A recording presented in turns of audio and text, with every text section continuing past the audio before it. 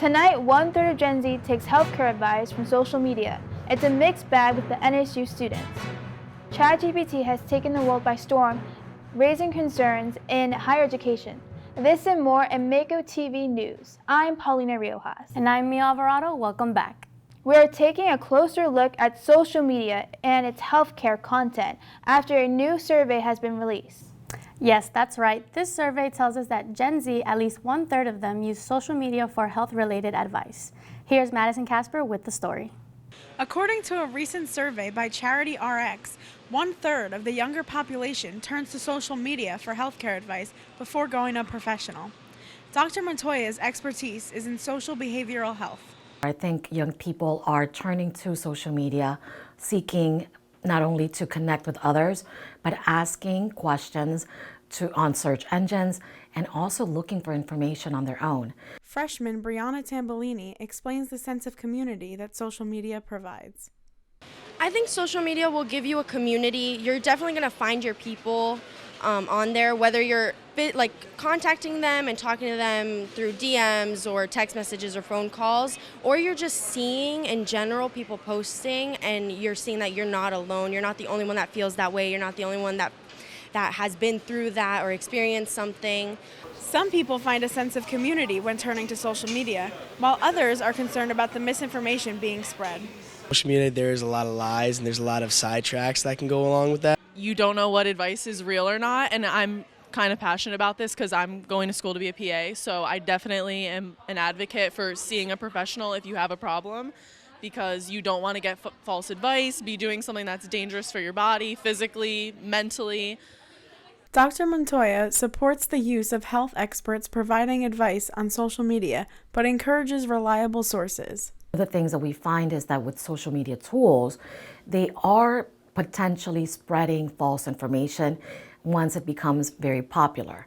So one of the ways that we try to combat that is by teaching people what are the reliable sources. So if you are looking or you are seeking health information, relying on things that come directly from health agencies, so such as the CDC, the National Institutes of Health, or any health department, reliable sources of information that can also be verified.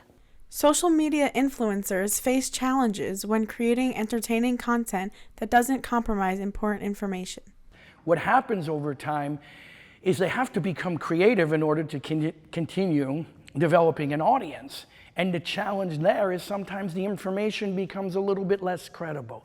Despite there being a spread of misinformation, Dr. Ricci reaffirms that there can be reliable sources on social media. There are good resources too. There are many doctors on these social platforms that provide really good information.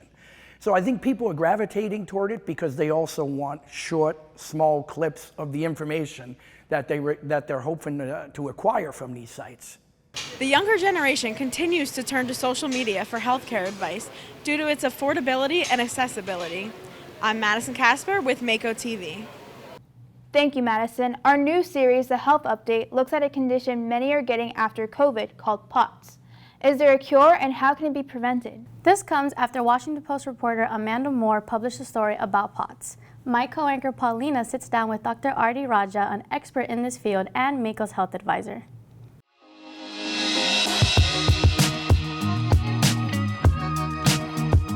Hello, I'm Paulina Riojas with the MAKO Media Network Health Update.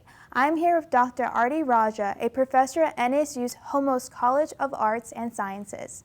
She earned her doctorate in microbiology at the University of Maryland and completed her postdoctorate work at Harvard Medical School. Her areas of research include microbiology and innovations in science education. Dr. Raja has several years of research in the field of virology, specifically HIV and its protein. In addition to research and teaching, she gained vast experience in the field of infectious disease, consulting for the pharmaceutical and financial industries. Welcome, Dr. Raja. Thank you, Paulina, for having me. It's a pleasure to be here. What is POTS? Sure. So POTS actually stands for postural tachycardia syndrome.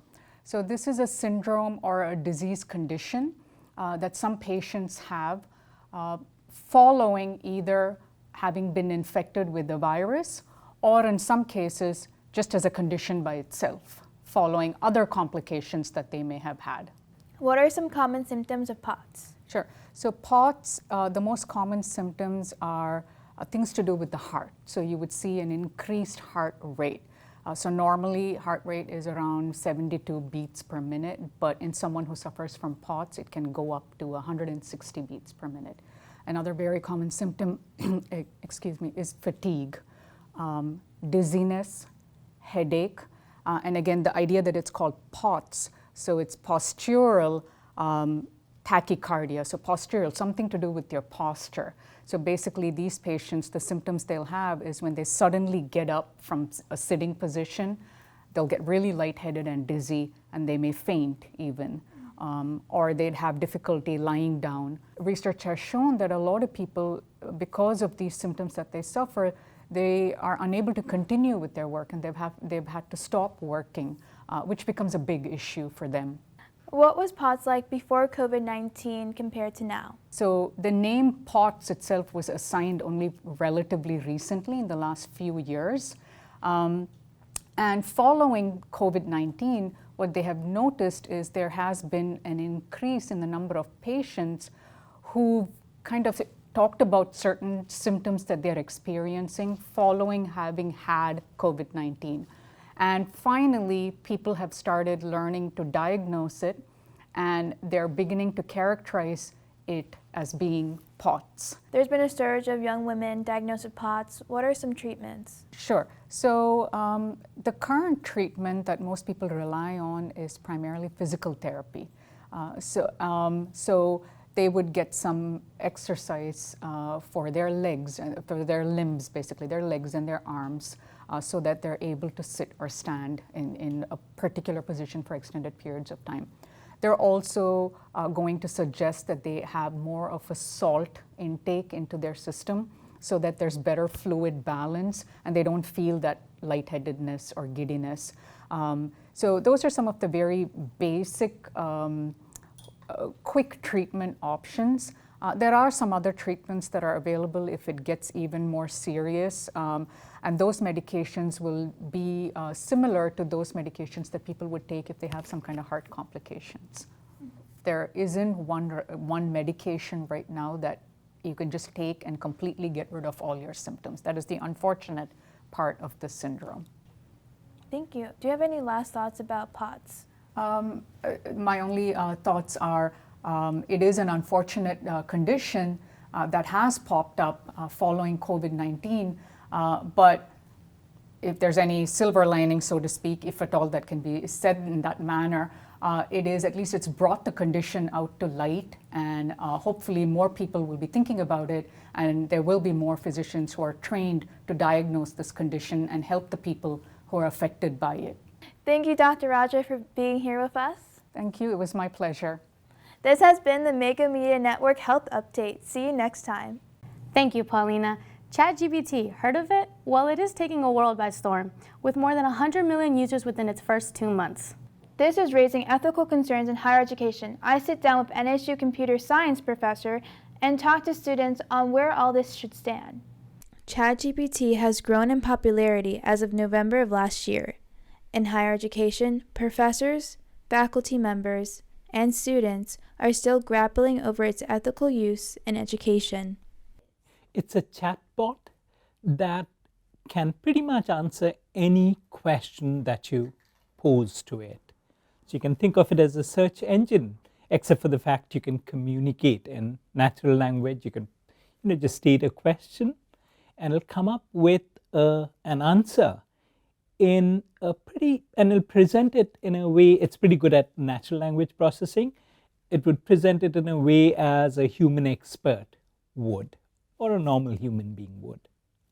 Cheating is one of the biggest concerns.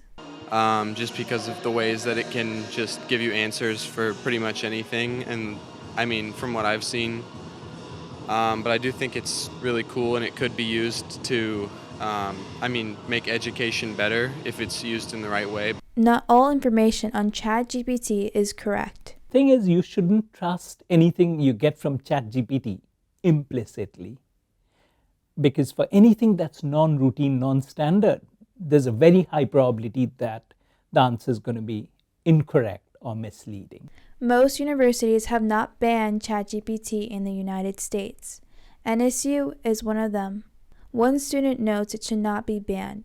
I don't think anybody should ban it because it's the student's choice to use. If they want to use it to cheat and not learn, then they'll get bad grades and that's their choice. But if they want to use it to enhance their learning, then that's their choice too. While another believes schools should not ignore it. If schools completely try to pretend it doesn't exist, it can just lead to kids using it for homework and not really ever learning anything. If it's used properly, it can be used as a learning method to study. Some believe it is still a valuable tool. I probably won't use it because, I don't know, it probably wouldn't help me with my major or anything like that, but I think it's a good site regardless, so. It could block a lot of creative ideas, so I'm not sure if schools would use it because it could low-key give kids answers right away, but I still think it's a good database to use if you're really stuck on something. It helps a lot, give you at least a pathway to start some sort of essay or writing. ChatGPT continues to test policies and ethics of education, while others believe it is more of a tool similar to spell check. Regardless, ChatGPT is capable of changing the traditional landscape of education. I'm Paulina Riojas with MAKO TV. The Diversity Summit is the first of its kind for the NSU community, going over topics virtually and in person. This was a 2-day event. Pablo Carillo has the story. NSU makes itself known as a pillar for diversity with the creation of the first Diversity Summit. I'm hoping that these 2 days will demonstrate to people just how important it is to include others, to respect others, to treat others the way you would like to be treated yourself. And if they do that over 2 days, they'll be making history. George Hamberry II, president of Nova Southeastern University, shares NSU's longtime philosophy. Diversity has been one of NSU's core values. It's what has made NSU what it is today. NSU has launched the first annual Diversity Summit, dedicated to educating and celebrating diversity and inclusion. Despite the majority of the audience being adults, John Byrne mentions the importance for the young generation to educate themselves on diversity. To have our youth, and that's why we're here at NSU, be educated on these issues so they can take them up for the next generation. Within both days, many speakers made their mark, and Brian Champion believes this is only the beginning. Definitely, I think that this should not be an isolated event. It's going to springboard into something great. Nova Southeastern University is a majority-minority institution with graduates from over 117 countries. My name is Pablo Carillo with MAKO TV. Thank you, Pablo. Let's take a break from all the things virtual and visit NSU's Greenspaces. Justin Abonce talks to NSU Nature Club president about gardens and wildlife on our campus. The Greenspaces here at NSU are overgrown gardens meant to be unkept. But with the addition of the native narrow wildflower garden, the Nature Club introduced more native flowers to the mix. The Nature Club, we're the ones who founded the wildflower garden over there, and we take care of it. We very often come into here as well to do things like remove invasive plants. With all the buildings here that students attend to, Nova Southeastern University has pockets of greenery called green spaces. Those places, the Mesozoic Garden, Meditation Garden, and the native narrow wildflower garden. And we're constantly looking at ways to increase the diversity of the garden. Some new wildflowers have actually recently appeared. There's one called river sage. It's this really pretty blue flower, and it's been popping up all over the garden. So we're very happy to see that as well. But yeah, we're always looking for ways to increase the diversity of the garden. Stephanie Osorio shares her thoughts on the green spaces. The green spaces are really nice. They are very quiet and peaceful to be at, especially for someone who likes to be surrounded by nature. Especially when it gets cold, it's a great place to come out and do your homework and study. Though the garden is filled with beautiful and beneficial greenery, it has its fair share of harmful, invasive species as well. There's a lot of invasives that you could find throughout here. One of them is air potato.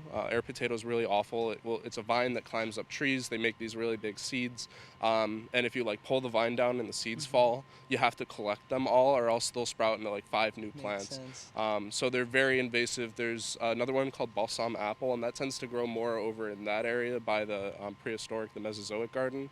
And that's a real pain because their seeds, their fruits will literally blow up and spread seeds everywhere. NSU, Nature Club, everyone in Florida has a sort of like kill on site policy. There's really no benefit to these plants. They just choke out everything around them. They're very dangerous for the native wildlife.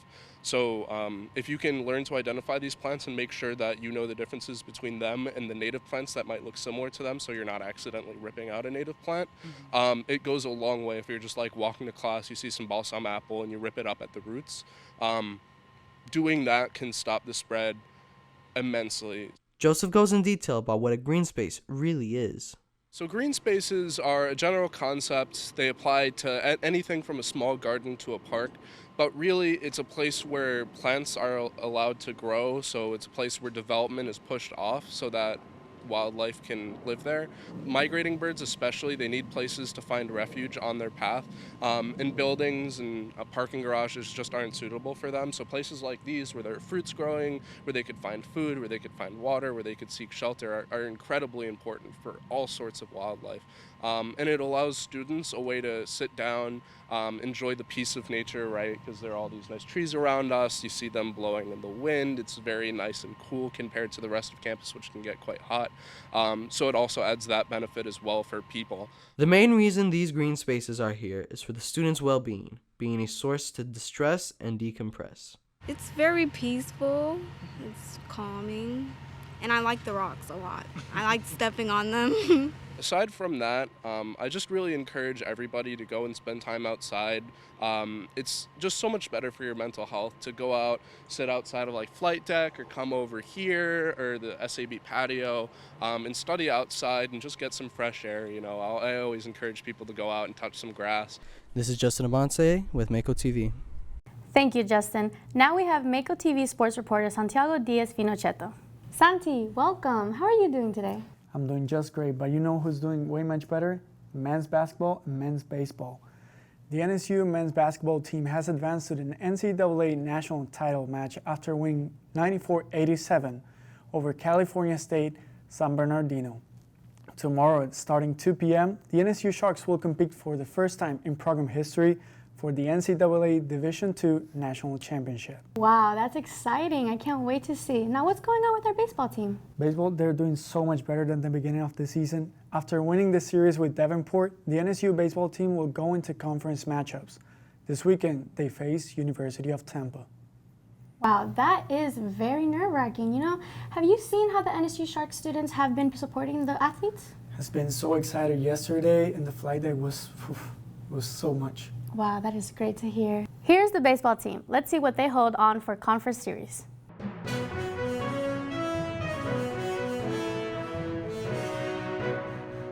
Concluding their 2022 season, the NSU baseball team goes into 2023 following the most successful season under head coach Vas Gutierrez. After the first 2 seasons, it was a bit of a culture change. He kept preaching the same things over and over. The players started to buy in, me as well. And we got to a point where there was really good chemistry with everyone on the team last year. And I think that's the main reason for the season we had last year. Despite the best start in program history last year, the team holds a 12-10 record in this 2023 season. This season, obviously, we got off to a slow start. As of late, we've been turning it around, winning a lot more games. I think a lot of people expected us to come out the same way we did last year, but there was a reason that was the best start in program history, and a program where there's been a lot of winning history. Now that we're rolling a little bit again and finding our way with this new team, it's just important to continue to be who we are as a team and as a unit, playing for each other and finding ways to win every single day. Beginning Friday, the Sharks will face conference teams every week, starting with the University of Tampa. And now we're going to be getting into the meat of the conference. It's really exciting times, really. That's the way I like to see it. The games are a lot more intense. Everything is almost magnified. Every play seems more important. Every out seems even bigger. So it's just going to come down to playing the game the right way, making the routine plays, doing the little things right day in and day out, and that's what's going to give us the wins that we want. Carlos Ray, the left-handed pitcher, gives us a glimpse of what we will see from this team next game and the rest of the season. We stand out from other people. The way we play aggressive, like we'll steal every base, we'll make every pitch, we'll hit a lot of home runs, score a lot of runs. It's very aggressive and very upbeat baseball. We know what we're getting ourselves into, So I feel like that series out of all of them just might mean a little more to all of us. So we're going in there, we're going to give it everything we have. This is Santiago Finochetto reporting for MAKO TV. Now, Paulina, were you able to catch any of the games this season? Yeah, I did, and it's so good to see all the students come out and even faculty cheer on the Sharks. Great. Now, universities are starting to ban TikTok in the United States. Ronald Martinez, a reporter for The Current, has covered this topic. Welcome, Ronald. Thank you for having me. What can you tell us about the TikTok ban? Sure. So as it currently stands, the United States has more or less been in a hot debate with China as to whether or not to ban the app. Most notably, certain universities in the United States have already produced a ban on their networks. For example, in Florida Agricultural and Mechanical University has already banned the TikTok from the networks, and universities such as UF or USF have strongly discouraged the use of it. Where does NSU stand? NSU has not identified a position on this issue at the moment, but they are monitoring the situation as best they can and are going to be as transparent about their decision with the NSU community as they can. Okay. And what's going on nationally with TikTok? So nationally, the CEO of TikTok, Saccucci, has testified in front of Congress in order to try and sell his $1.5 billion plan, Project Texas, that would realistically make United States citizens' data be saved in a United States server owned by a United States company. However, TikTok would still be owned by the Chinese government. Tierra Garnett has spoke to students about how they would feel about a TikTok ban.